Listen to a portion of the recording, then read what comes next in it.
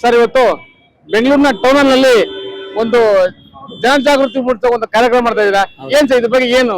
Sir ಏನಿಲ್ಲ, ನನ್ನ ಹೆಸರು H. ಉಮೇಶ್ ಅಂತ ಅಂದ್ಬಿಟ್ಟು ಅಖಿಲ ಕರ್ನಾಟಕ ವಿಚಾರ ವೇದಿಕೆಯ ಸದಸ್ಯ. ಏನು ಅಂತಂದ್ರೆ ಜ್ಞಾನದ ಬಲದಿಂದ ಅಜ್ಞಾನದ ಕೇಡ ನೋಡಯ್ಯ, ಜ್ಯೋತಿಯ ಬಲದಿಂದ ತಮ್ಮಂದದ ಕೇಡ ನೋಡಯ್ಯ ಅಂತಾರೆ. ಹಾಗೆ ನಾವು ಏನು ಅಂತಂದ್ರೆ ಜ್ಯೋತಿಷಿನ ಕೇಳ್ಬಿಟ್ಟು ನಾವು ಬದುಕೋ ವ್ಯವಸ್ಥೆ ಒಂದು ಇವತ್ತೊಂದು ದಿನ ಆಗೋಗಿದೆ. ಅದಕ್ಕೆ ಅರ್ಥ ರೇಖೆ ಇದ್ದು ಫಲವೇನು, ಆಯುಷ್ಯ ರೇಖೆ ಇಲ್ಲದನ್ನಕ್ಕ ಅಂತಾನೆ ಬಸವಣ್ಣ. ಆವ ವಿದ್ಯೆ ಕಲಿತಡೇನು ಸಾವ ವಿದ್ಯೆ ಬೆನ್ನ ಬಿಡದನ್ನಕ್ಕ ಅಂತ. ನಮ್ಮ ಸಾವು ಯಾರಿಗ್ ಗೊತ್ತಿದೆ? ನಮ್ಮ ಜ್ಯೋತಿಷ್ಯ ಯಾರಿಗ್ ಗೊತ್ತಿದೆ? ಜ್ಯೋತಿಷ್ಯನ ಹೇಳಿ ಕೇಳಿ ನಾವು ಬದುಕುವಂತ ವ್ಯವಸ್ಥೆ ಇದೆ. ಇವತ್ತೊಂದು ದಿನ ಟೆಕ್ನಾಲಜಿಲಿ ಬೇರೆ ದೇಶ ಎಲ್ಲ, ರಷ್ಯಾ, ಜಪಾನು, ಅಮೆರಿಕ ಎಲ್ಲ ಮುಂದುವರಿತಾ ಇದೆ.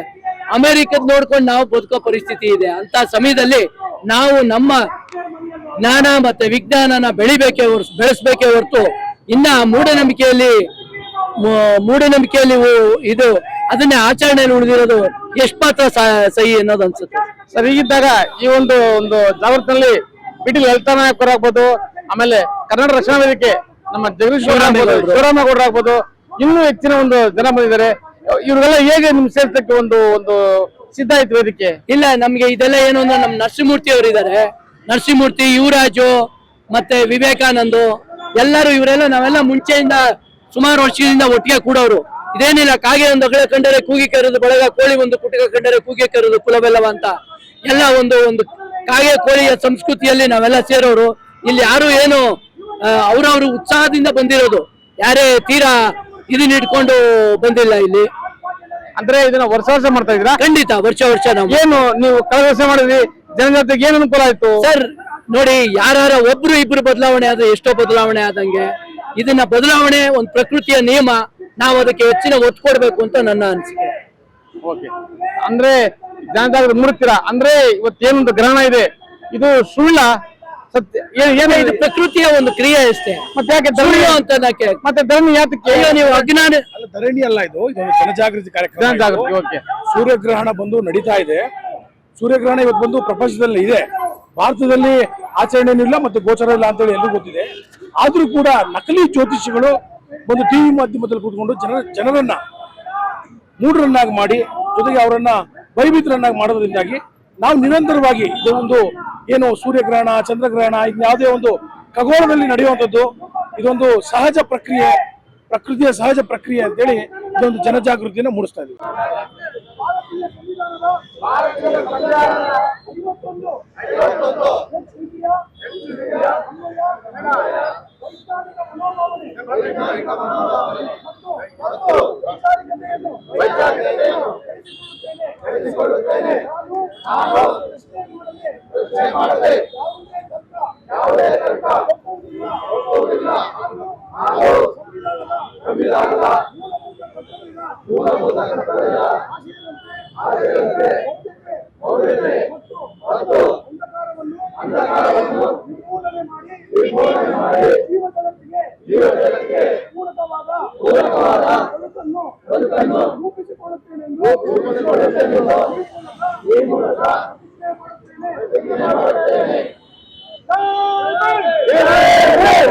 ಮೇಡಮ್, ಇವತ್ತು ವಿಜ್ಞಾನದೆಡೆಗೆ ನಮ್ಮ ನಡೆಗೆ ಒಂದು ಅರಿವು ಮೂಡಿಸುತ್ತಾ ಬಂದಿರಾ. ಏನು ಮೇಡಮ್ ವಿಚಾರ ಏನು?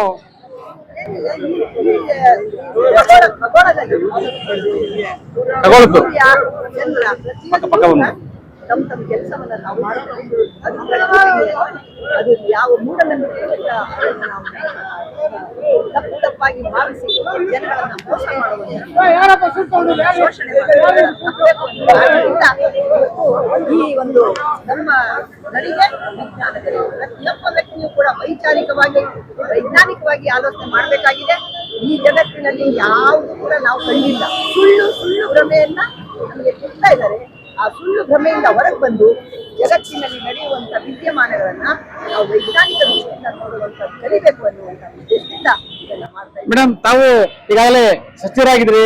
ಹೀಗಿದ್ದಾಗ ನೀವು ಹೇಳಿದ್ರೆ ಜನ ನಂಬ್ತಾರೆ. ಹೀಗಿದ್ದಾಗ ಇದೇನು ನಮ್ಮ ಸೂರ್ಯಗ್ರಹಣ, ಚಂದ್ರಗ್ರಹಣ ಅಂತ ಹೇಳ್ತೀರಿ, ಹಿರಿಯರು ಮಾಡ್ಕೊಂಡ್ಬಂದ ಒಂದು ವಾಡಿಕೆ ಅಂತ ಹೇಳ್ತಾರೆ. ಇದ್ರ ಬಗ್ಗೆ ತಾವೇನ್ ಹೇಳ್ತೀರಿ? ಹಿರಿಯರು ಯಾಕೆ ಮಾಡಿದಾರೆ ಅಂದ್ರೆ ಅವ್ರಿಗೆ ಗೊತ್ತಿಲ್ಲ. ನೋಡಿ, ಸೂರ್ಯ ಸುತ್ತಾನೆ ಅಂತ ಹೇಳ್ತಾರೆ, ಆದ್ರೆ ಸೂರ್ಯ ಒಂದೇ ಕಡೆ ಇರ್ತಾನೆ, ಭೂಮಿ ಸುತ್ತೋದು. ಆದ್ರೆ ಇವತ್ತಿಗೆ ನಾವು ಹಾಗೆ ಹೇಳ್ತೀವಿ ಅಷ್ಟೇ. ಗೆಲಲಿಯೋ ಮತ್ತೆ ಎಂತೆಂಥ ವಿಜ್ಞಾನಿಗಳು ಎಲ್ಲ ಸತ್ಯವನ್ನ ಹೊರಗಿದ್ದಾರೆ.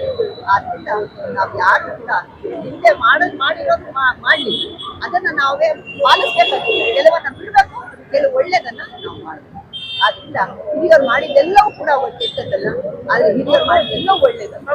ಅದನ್ನ ನಾವು ಕಲಿಬೇಕಾಗಿದೆ.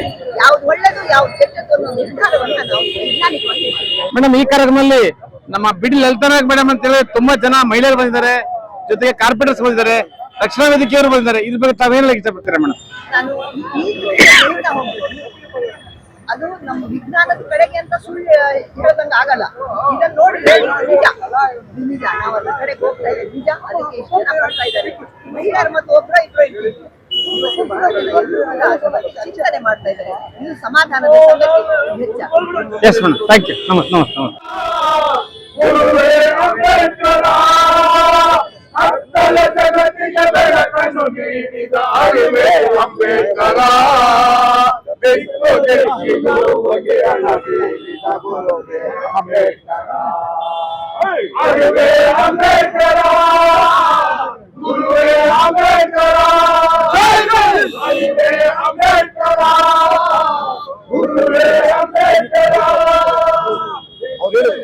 ಸರ್, ಇವತ್ತು ಜಾಗೃತಿ ಕಾರ್ಯಕ್ರಮ ಬಂದಿದ್ದೀರಿ, ಏನ್ ವಿಚಾರ? ಇವತ್ತು ಮೂಢನಂಬಿಕೆಯ ಹೆಸರಿನಲ್ಲಿ ವಿಜ್ಞಾನ ಏನು ಹೇಳುತ್ತೆ ಅಂತಂದ್ರೆ, ಗ್ರಹಗಳು, ನಕ್ಷತ್ರಗಳು, ಕಾಯಗಳು ಇವೆಲ್ಲವೂ ನಿಸರ್ಗದ ಒಂದು ಆಟ. ನಿಸರ್ಗದ ಆಟವನ್ನ ನಮ್ಮ ಭವಿಷ್ಯಕ್ಕೆ, ಮಾನವನ ಭವಿಷ್ಯಕ್ಕೆ ಗಂಟು ಹಾಕಿ, ಅಂದ್ರೆ ಇವತ್ತು ಸೂರ್ಯಗ್ರಹಣ ಇದೆ. ಹೌದು, ಇದ್ರ ಬಗ್ಗೆ ತಾವೇನ್ ಹೇಳ್ತೀರಿ? ಸೂರ್ಯಗ್ರಹಣ ಒಂದು ನಿಸರ್ಗದ ಕ್ರಿಯೆ, ಅದು ವೈಜ್ಞಾನಿಕ ಕ್ರಿಯೆ. ಗ್ರಹಗಳು ತಿರುಗ್ತಾ ಇರ್ತವೆ. ಯಾವುದೋ ಒಂದು ಗ್ರಹದ ಮಧ್ಯೆ ಇನ್ನೊಂದು ಗ್ರಹ ಅಡ್ಡ ಬಂದಾಗ ಚಂದ್ರಗ್ರಹಣ ಮತ್ತು ಸೂರ್ಯಗ್ರಹಣ ಆಗ್ತವೆ. ಅದರ ಪರಿಣಾಮ ನಮ್ಮ ಮಾನವನ ಮೇಲೆ ಏನೂ ಆಗೋದಿಲ್ಲ. ನಮ್ಮ ಜಾಗೃತಿ ಏನಕ್ಕಿದು? ಜಾಗೃತಿ ಯಾಕೆಂದ್ರೆ ಸೂರ್ಯಗ್ರಹಣದ ಬಗ್ಗೆ ಟಿವಿಗಳಲ್ಲಿ ಜ್ಯೋತಿಷ್ಯಗಾರರು, ಪಂಡಿತರು ಭಯ ಹುಟ್ಟಿಸ್ತಕ್ಕಂಥದ್ದೇ, ಹೀಗಾಗತ್ತೆ ಹಾಗಾಗತ್ತೆ ಅಂತಕ್ಕಂಥ. ಅದು ವೈಜ್ಞಾನಿಕ ಸತ್ಯ ಅಲ್ಲ. ವೈಜ್ಞಾನಿಕವಾಗಿ ಯಾವುದು ಸತ್ಯ ಇದೆಯೋ ಅದನ್ನು ನಾವು ಒಪ್ಪಿಕೊಳ್ಳಬೇಕು ಅನ್ನುವ ಹಿನ್ನೆಲೆಯಲ್ಲಿ ಇವತ್ತು ನಾವು ಜಾಗೃತಿ ಮೂಡ್ತಾ ಇದ್ದೇವೆ ಜನರಿಗೆ. Okay sir, thank you. ಆಗ್ಲಿ. ವಿಜ್ಞಾನದೆಡೆಗೆ ನಮ್ಮ ನಡೆಗೆ ನಾವು ಕಾರ್ಯಕ್ರಮ ಬಂದಿದ್ದೀರಿ, ಇದ್ರ ಬಗ್ಗೆ ತಮ್ಮ ಅನಿಸಿಕೆ ಏನು ಸರ್? ವಿಜ್ಞಾನದೆಡೆಗೆ ನಮ್ಮ ನಡೆಗೆ, ವಿಜ್ಞಾನದೆಡೆಗೆ ನಮ್ಮ ನಡೆಗೆ ಅಂತಕ್ಕಂಥದ್ದು ಬಹಳ ಮುಖ್ಯ. ಇಷ್ಟು ವರ್ಷಗಳಾದ್ರೂ ಸಹ ಇದು ಈ ಅಜ್ಞಾನದಿಂದ ಜನಸಮೂಹ ಈಚೆ ಬರ್ತಿಲ್ವಲ್ಲ ಅನ್ನೋದು ಒಂದು ದೊಡ್ಡ ದುರಂತ. ಇವತ್ತು ಗ್ರಹಣ ಆಗಲಿ ಇನ್ನೊಂದಾಗಲಿ ವೈಜ್ಞಾನಿಕವಾಗಿ ಅದು ವಿಜ್ಞಾನ. ಎಲ್ಲೋ ಒಂದ್ ಕಡೆ ಕೆಲವರು ಮೂಡಿಸ್ತಕ್ಕಂಥ ಮೂಢನಂಬಿಕೆ, ಅಜ್ಞಾನದಿಂದ ಇವತ್ತು ನಾವು ಇದಕ್ಕೆ ವಿಜ್ಞಾನವನ್ನ ಮರೆತು ಅಜ್ಞಾನದ ಕಡೆ ಬಹಳ ಆಕರ್ಷಿತರಾಗ್ತೀವಿ ಅನ್ನೋ ಒಂದು ಸಂದೇಶವನ್ನ ಇಂಥ ಸಂದರ್ಭದಲ್ಲಿ ಕೊಡ್ತೀವಿ. ಗ್ರಹಣ, ಮನೆಯಲ್ಲಿ ದರ್ಬೆಗಳು ಇಡಬೇಕು, ಮನೆಯಲ್ಲಿ ಏನು ಬೆಳಕು ಬೀಳಬಾರ್ದು, ಅದು ಬೀಳಬಾರ್ದು, ಈ ತರ ಆಗ್ಬಾರ್ದು, ಆಗ್ಬಾರ್ದು, ಯಾವ್ದಾದ್ರು ಸುಳ್ಳು ನೆಪಗಳು ಹೇಳ್ಕೊಂಡು ಆ ದೇವಸ್ಥಾನಕ್ಕೆ ಹೋಗಿ ಎಳ್ಳೆಣ್ಣೆ ಹಾಕಿ, ಈ ದೇವಸ್ಥಾನಕ್ಕೆ ಇನ್ನೊಂದು ಹಾಕಿ, ಅರಿಶಿನ ಹಾಕಿ, ರಾಗಿ ಹಾಕಿ, ಅಕ್ಕಿ ಸುರಿರಿ ಅಂತ ಮೂಢನಂಬಿಕೆಗಳು ಬೀಳ್ತಾರಲ್ಲ, ಅದನ್ನ ವಿರೋಧಿಸೋದಕ್ಕೆ ಇದು ಟಿವಿ ಅಂತಕ್ಕಂಥದ್ದೇ ಒಂದು ವಿಜ್ಞಾನ ಇಟ್ಕೊಂಡಿದಾರಲ್ಲ, ಇದು ಒಂದು ವಿಜ್ಞಾನ. ಈ ವಿಜ್ಞಾನದಲ್ಲಿ ಯಾವನಾದ್ರೂ ಒಬ್ಬನ ಜ್ಯೋತಿಷನ್ ಕೊಂಡಿಸ್ಬಿಟ್ಟು ಆ ದೇವಸ್ಥಾನಕ್ಕಾಗಿ ಎಳ್ಳೆಣ್ಣೆ ಬಿಡಿ, ಈ ದೇವಸ್ಥಾನಕ್ಕೆ ಕುಂಬಳಕಾಯಿ ಹೊಡಿರಿ, ಅದೊಡಿರಿ, ಇದೊಡಿ, ವಿಜ್ಞಾನ ಇದ್ದಿಂದ ನನ್ನ ಮಕ್ಕಳು ಬೆಳಕಿಗೆ ಬರ್ತಾ ಇದ್ದಾರೆ. ಆದ್ರಿಂದ ವಿಜ್ಞಾನಕ್ಕೆ ನೆನೆಗೆ ನಾವೆಲ್ಲ ಹೋಗ್ಬೇಕಾಗಿದೆ.